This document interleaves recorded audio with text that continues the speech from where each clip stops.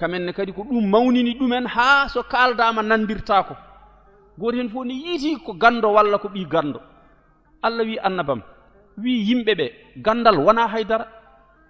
o addi to qur'ana biyeteɗo bal am bum ba'ura seren ɓene gandi inde makko nan to qur'ana bal am bum ba'ura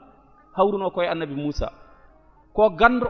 somo janginanno so saggi o hoynoto o yiya ko winda e lawhil mahfuz o saggito toon so hoynima asamanu jeeɗiɗi ɗi ceekoto o yiya ko winda e lawhil mahfuz o saggito toon annabi Musa ari nela o farni dow mum o wi min kanko ɓuri ɗum gandal o rewata e mum Allah ɓoorimo haa laaɓi o mona jahannama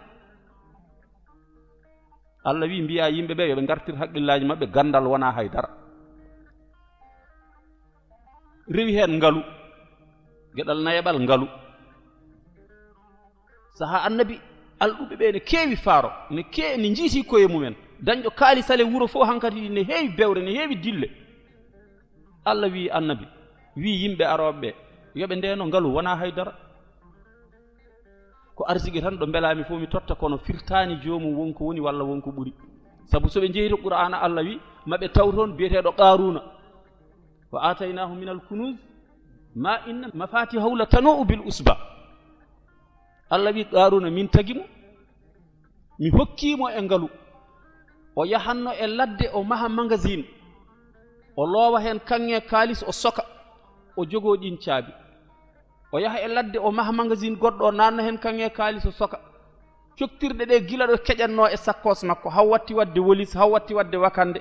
haa gilooɗi capanɗe jeeɗiɗi ngelooba watti rimdude coktirɗe makko coktirgal fof ne sokta magasin kanŋe kaalis jiida e coktirgal gongal ngal magasin soktata o hol galɗo ngu ngalu hankati annabi Musa nela o wi min ngalam ngu min dañalam ngal min kay ala gardotoɗomi min kay somi jooɗima e batala o mona jahannama nde Allah haaldini haa gasi Quraysiyankoɓe jermini ɓe mbi ya rasulallah i joni hoko heddi ɓingu moƴƴagu ndeke ko haydara ngalu ndeke ko haydara kan an ɓenni qaruna ɓenni laamu ndeke ko haydara firawna ɓenni nana jahannama jibinande ɓenni gandal ɓenni joni holko heddi an Allah addi aya qur'ana wi jibrilu yaawi mi haalana muhammadan sallallahu alayhi wa sallam haalana ɓe holko heddi holko tiiɗi holko nafata holko bonata ko holɗum inna akramakum indallahi atqakum o wi mbiya tagore nde min tiiɗimi tan ko ɓurɗo moƴƴude ɓurɗo gonɗinde Allah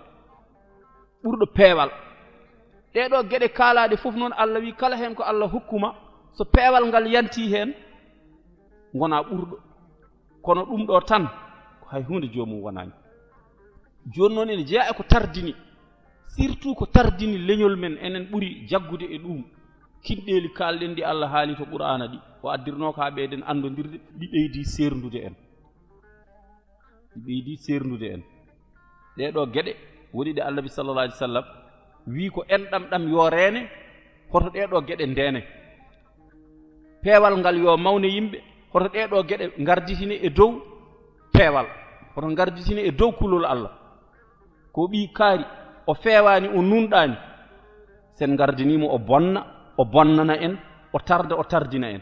ko jawdi ndi tan ƴewɗen en ƴewani peewal ngal en gardinimo o ardima o bonire o bonnana en o tardina en laamu ngu ko noon fofo ko noon ɗum noon ko Allah wi ɓuri ko yo Allah hokku en ɗum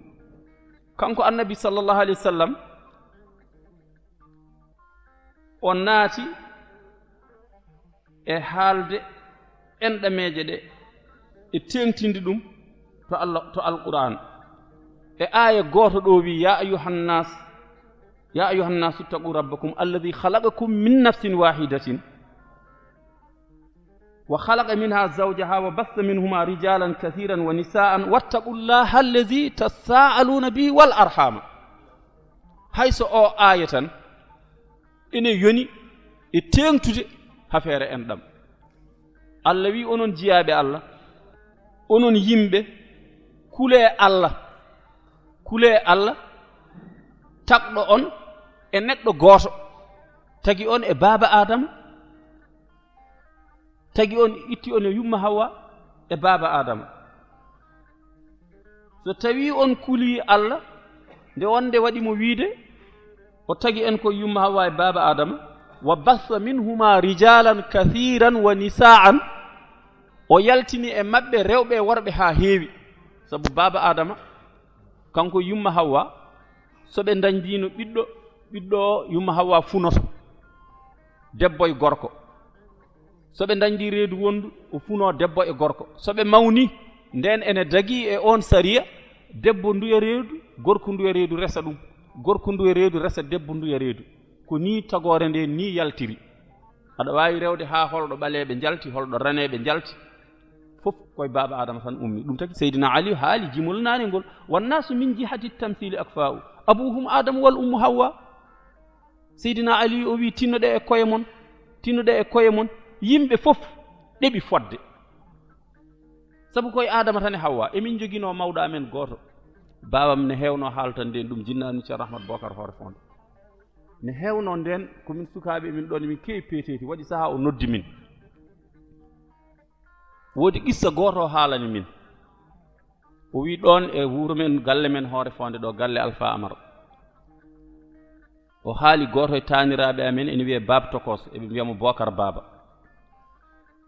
o wi ene jogino korɗo muɗum nden horɓe ne ngoodi ko mbiyeten horɓe ko ɗo galle ɗo korɗo o ene jogii ɓiyum debbo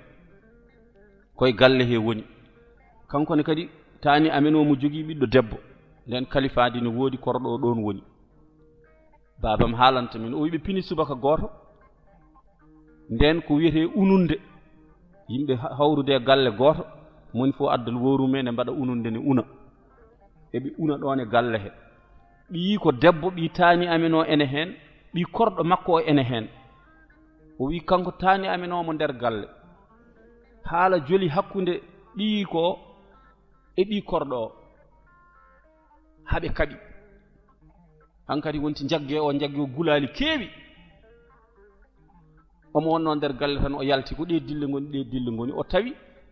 eɓe jagge kamɓe ɗiɗo fof nde o yalti o hawri tan koye konngol ɓii ko debbo ene jagge ene wiya goppe kam o ɓi sicca naafki mi waɗat ɗum noon hannde jaafoɗon me konngol he ni o haalduno o wi o ɓi sicca naafki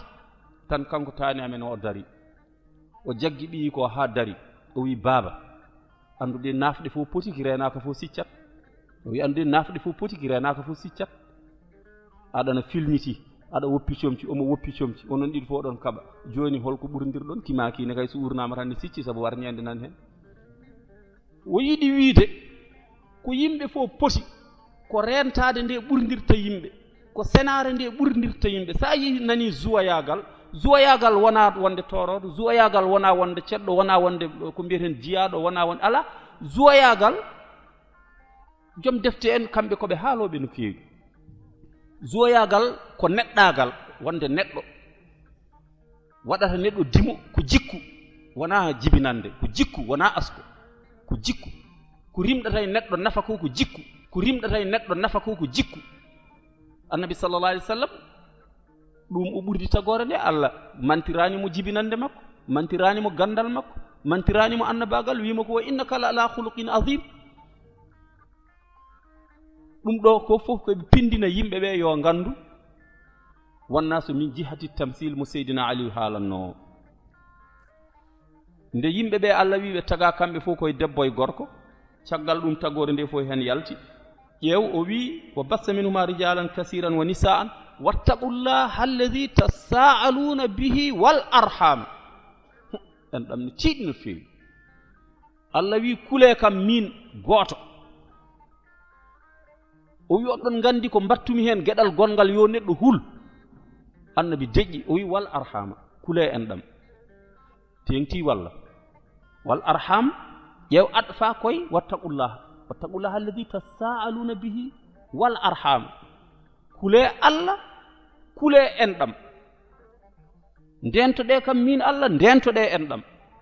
ndentoɗe tajja en ɗam walla wattaqullaha alladi tasaaluna bil war arhama kule kam min Allah mo jogorɗon namdodiroyde e mum janngo en ɗam no pirduɗa hen fof ene tengti Allah wi kule kam kule en ɗam ndeke a wawa hulde Allah so wona kula tajja en ɗam kala taƴowo en ɗam so wini huli Allah o hulani Allah sabu Allah wi wattaqullaha alladi tasaaluna bi wal arham sa huli kam woni gonga e ma tan a hulata enɗam annabi sallallahu alayhi wa sallam ɓuray siyankoɓe nde o nela e mumen ko bandi ko en ɓe jaltinimo abou jahli en abou lahabine bamma ko jiidi baba goto abou jahlin ko noon kamen jaltinimo kamen leptimo haw ummi makka o fayi madina nde o ari madina o woni makka ko duuɓi sappo makka ko duuɓi sappo madina duuɓi sappo e tati woni wiɓe makka duuɓi sappo e tati madina duuɓi sappo qur'ana fof jippe makko koye nder makka e madina makka nde woni toon cimoje qur'ana temedere cimoje sappo e nayyi hen capanɗe jeetati e tati jippe makko makka keddiɗɗe jippe makko madina arwande simore jippinde e makko makka ko iqra bismi rabbika alladi halaq wattande simore jippinde e makko makka kanko annabi sallllahu alayhi wa sallam ko waylul li kulli humazatin lumaza o fayi madina arwande simore jippinde e makko toon ko bagara wattande simore jippinde e makko ko isa jaa nasrullah en ɗam lombiɗo hakkude ɗo kanko annabi sallallah alih w sallam nde o ari madina duuɓi sappo e makka ɓuray siyankoɓe enen jeddimo o fayi madina ɓuray siyankoɓe ko enɗam makko ɓe o jiidi gorol kono nde ɓe jetti madina adan ko par semaine fof lewru fof o wiya hol jahanowomi makka ƴewtanomi koreejam gonmi toon ɗi kamɓe fof ɓe deƴƴi on sahaa makka ne heewi doole fatu makka suwa seydina oumar wi min ya rasulallah moɗi suusi yaade toon o wi a ƴeewanayam koreejam ɗi fodde no ɓe gañirnomi eno ɓe gañirno l'islam eno ɓe calorino allah ni ya ñukkino keɗanoɗami beele ɗerɗe ɗe kecci ɗi mi arta mi nodda ɓe fewde allah mi yiɗa nadde aljanna en ɗamam natani aljanna janngo seydina oumar waɗi puccu mum yeehi eɓe gandi seydina oumar ko jambaro kanko goto feri nde o ferata nde o waynoyi o ari haa ɗo garan place makka ɗo kamɓe fof ɓe paye makko o jooɗi o nani eɓe cappano annabi sallllahu alayhi wa sallam garɗo serndi min sanamuji amen o taƴɗo enɗam o baaɗo ni somin keɓimo so artiɗo seydina oumar ñalli ɗon hirndi faati madina yetti annabi wi hoko tawɗa toon o wi ya rasulallahi ɓe sa jaɓi goppaɓe hande ɓe ɓuri añdema ane allah nelɗoma o tan o yongini kanko annabi sallallah alih wa sallam lewru wondu haqqe lebbi tati ɓe goni madina o wi seydina oumar ara ƴewtano yiɓe seydina oumar ko raɓɓiɗi ko tan yeehi toon fodde laabi jeeɗiɗi ha hen gorol seydina oumar wimo ya rasulallah ebo woppuɓe beela wawa woppude ɓe o wi ya seydina oumar mi wawa woppude ko enɗamam ha allah jippine makko aya la tahdi man ahbabta walakinna allah yahdi man yasha hankati o fifti allah wimo o tampin hoorema wona mo jiɗɗa fewata komo beelami fewata min allah komo beelami fewata wala mo jiɗɗa fewata ɓe rewɓe ma ɓe gonɗinɓe e ma ɓe beelami yo peew ɓe jiɗmi naddoye ma aljanna koreji ma ɗi mi haajani peewal mabɓe hay sinno ñalawma fo a ruttima toon laabi ujunere ɓe jogorani gonɗinde allah sabu ɗubiya ala qulubihim wa ala sam'ihim wa ala absarihim ghichawa nde o fuɗɗi woppude ɓe ndeke enɗam ne tiiɗi no fewi annabi sallallah alih wa sallam ne tiiɗano enɗam makko mo tiiɗi enɗam mo tinni enɗam fof ko yinnode dadde o dadda e enɗam makko ɗum wayi gonɗinde aaya mo allah wi son kuli allah kule enɗam o haale aaya goɗɗo kanko allah subhanahu wa taala waɗi wiide enɗam aɗa wawi haalde tiiɗgol mum tawa yaltani qur'ana a haalani ni hay hadis e aaya goɗɗo ɗo wiyata alladina yanquduna ahda allahi min ba'di mithaqihi wa yaqta'una ma amara allahu bi an yusal fa allah faandi hen ɗo ko enɗam wa yufsiduna fil ardi ulaika humul khasirun allah wi woni perduɗo tan ko taƴowo enɗam hay hunde o ala geɗal to allah wawa dañde geɗal to allah so wona jokkowo enɗam wawa hulde allah so wona jokkowo enɗam kala mo jokkata enɗam sa yimo andu o wona limanagal makko ne manki o limanagal makko timmani ɗum taki goto e jiyaɗe allah ɓe mbiya ko ceerno hamme baba ramtulaade silañ hewno haalde kono ngol konngol so wiyama kaari ko moƴƴo o wiya namdoɗe enɗam makko taw hade mon saktude moƴƴere makko namdoyɗe enɗam makko hade mon saktude moƴƴere makko kanko so wiyama kaari ko moƴƴo tan yimɓe ne manta neɗɗo e dow makko tan o deƴƴata o yeey nde sinno ko enɗam ɗam arno haali ɗum ɓuranmi gonɗinde kono tawde ko onon tan mi nana ko enɗam ɗam haali nden nde wa neɗɗo wawa moƴƴande woɗɓe tawa enɗam ma a moƴƴanani ɗumen allah jaɓata a wawani moƴƴande woɗɓe moƴƴo gadortoɗa ko enɗam ma fodde no renirno kan enɗam kanko ceeramme baba mbi o hewno wiide min de dewgal enɗam so tawi haalama kadi enen Fuuta ko nangtiɗen kadi ha ɗum watti tajde enɗam mbaɗirten ko jokkude enɗam ɗum watti tajde enɗam kanko wiyanno min de sinno ko sagam dewgal enɗam ɓi baba en ɓi kaawen ɓi yumma cawndi sinno ko sagam dewgal enɗam hoto haale kono so heesi haalama kadi sagam ko yo wat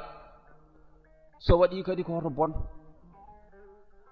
kono adi wiide ko hoto haale sabu omo andi so haalama waɗani enɗam dilli sa ƴami ɓi bamma wi ƴamoy ɓi bamma walla ɓi nene ma a heɓani tan enɗam dillat sa heeɓi ko joli joni ko gonɗon lebbi ɗiɗi lebbi tati ceeron yama tribunal heƴa hen wona enɗam boni o wi sago makko koto haali so heesi haalama tan yo won so woni kadi yo nangue hoto bon enen noon ɗum taƴi enɗameje kewɗe e goɗɗum kaari yeehi joom suudu mum yo miñum ɓamtu joom suudu walla yo mawnum ɓamtu joom suudu mum mbattuɗen ɗum no farilla ni waɗa loro e gorko walla waɗa loro e debbo res ɓi kawma enen mbattuɗen ɗum ko farilla so ɓiye resani ɓi kawta walla ɓi bammu tan jaranma harminde ɗum yahayti ɗaccen ɓesguji ɗi moni fof resa ko yiɗi en ɗam heddo heewi yumma dadi ha tiiɗi waɗi dowuji wi ɓiyum ma addoya ɓi miñum walla ɓi kawmum nde adda ɓi kawmum woynuma ngoya e ngo ha heewa mbatta e ngo resa goɗɗo on fawma dow rondoma waɗanma ko ɓi bane gorko walla ɓi mawne o waɗata ko nana Fuuta ha heewi eɗen gandi ɗum noon ko renata enɗam ko ɗum ko heen ko hunde jokkore enɗam kono ko renata enɗam ko koko annabi sallallahu alaihi wasallam jogori haalde ko yo Allah hokker rende enɗam Allah subhanahu wa ta'ala o wiye oɗo aaye ɓe ganduɗa ene kumna ahdiji so kaldama ka alladhina yanquduna ahdallahi min ba'di misaqihi wa yaqda'una ma amara Allah bi an yusal hono enɗam gandeɓe gona julɓe taƴoɓe ko Allah yamiri yo jokke hono tajde enɗam jomum wona julɗo wadde annabi sallallahu alaihi wasallam nde Allah haali ayeji qur'ana enɗam ha gasi o fawi hen hadis tiɗɗo te gande kala ko wiya Allah wi ɗum ala ra'si wal ayni ko jabde tan kaalowo wima ko Allah wi ɗum taki ha hande jinnaɗo men Ceerno Amadou Barom hewno wasiyade min semin jaha mawdo walla goɗɗo o yamin baba son jeehi kala ɗo jooɗiɗa e yimɓe so tawi mbiyata ko Allah wi ko gonga a takkanimo mbiyata ko nelaɗo sallallahu alaihi wasallam wi ko gonga a takkanimo haalɗo jiɗɗa fof haaldu eɓe jiɗɗa fof kala goɗɗo mo mbiyata wi o wi anduɓe kalduɗa ko wona Allah wi e nelaɗo Allah wi kala mo kaldata a wiyani o Allah wi walla nelaɗo Allah wi anduɓe kaldata so ɗum ala tan meeɗa dañde caɗele Allah wi nelaɗo wi noon ala ra'si wal ayni nde Allah haali enɗam ha gayni annabi sallallahu alaihi wasallam wi ta'allamu min ansabikum ma tasiluna bihi arhamakum hadis annabi sallallahu alaihi wasallam annabi ni kala ko haali way kono haala Allah ni sabu ko Allah wi mo la yandigu anil hawa in huwa illa wahyun yuha Allah wi mo muhammadam ay ɗemgal cengme mangal koy am ngal ummi ngal haalata ndayrayta ngal fenata ngal juumata sabu koto am ngal ummi somo haala diine ko Allah jogii ɗemgal makko ko haali fof ko Allah haali kanko annabi sallallahu alaihi wasallam kanko haali oɗo hadis o wi ta'allamu min ansabikum ma tasiluna bihi arhamakum o wi jange asko fodde ko ɗon jokkire enɗam mon moni fof yo jangu e asko fodde kada jokkire enɗam ma hoto jooɗo tan a anda mo jiiduɗa so wona mo jiiduɗa yumma e baba walla mo jiiduɗa yumma walla mo jiiduɗa baba a wawa jokkude enɗam annabi yamiri moni fof yo jange asko fodde kene jokkire enɗam mum kono kanko annabi sallallahu alaihi wasallam kanko yamiri ɗum taki ɓe mbiya jangude asko ko Allah yamiri hen saha askinoɓe ɓe ko mbiyeten awluɓe askinoɓe ɓe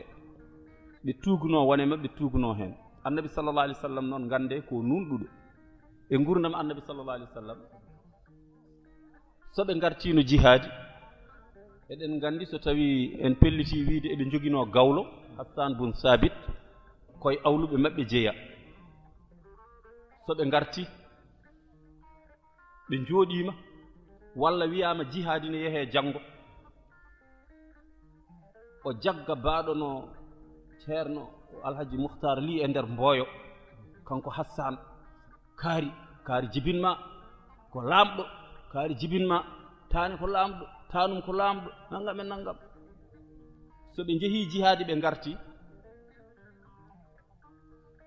tawa won gonɗo ɗon o askinaano ɗum o jataano ɗum nde ɓe njahata nde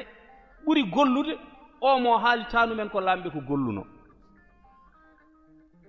kanko ndeno hatti asko o noddi ɓe o wiɓe aha so yimɓe njooɗiima hankati kaaletee golle hoto kaaletee jibinande kaaletee golle ngoppe haalde jibinande kaaletee golle sabu mi teskiima ɗo son njooɗiima oɗon manta seydina oumar en seydina aboubacry en ɓuray siyankooɓe taani ɓuray si ko nii o wi ɓe njaha mi yii ɓeeɗo o salman al farisi en zeydou bunil haris en ene ngolla e l'islam he ko ɓe ngollaani kaalee golle hoto kaaletee asko hay huunde nafata